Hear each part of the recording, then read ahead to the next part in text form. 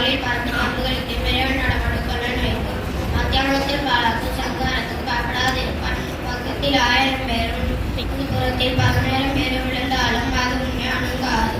கண்களால் மாத்திரம் பதை பார்த்து துன்பார்களுக்கு வரும் பலனை காண்பார். கடைக்கிழமா இருக்கிற உன்னதமான கருத்தை தாபரமாக கொண்ட ஆகியால் பொல்லாப்பு நேரிடாது. வாதிப்பு கூட அணுகாது. வழிகள் எல்லாம் உன்னை காக்கப்பட்டு உனக்காக தம்முடைய தூதர்களை கட்டளை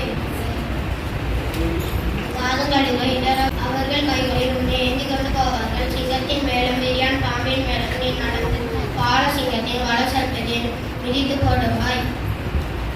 அவனை நிலத்தில் அங்கீகரிக்கிறபடியால் அவனை விடுவிப்பேன். அவனின் நாமத்தை அறிந்திருக்கிறபடியால் அவனை முன்கடத்திலே வைப்பேன். அவன் என்னை நோக்கி கூப்பிடுவான், நான் அவனுக்கு மறுதலை செய்வேன். ஆபத்தில் நானே அவனுடைய அவனை தப்பிவித்து அவனை கஷ்டப்பட்டேன்.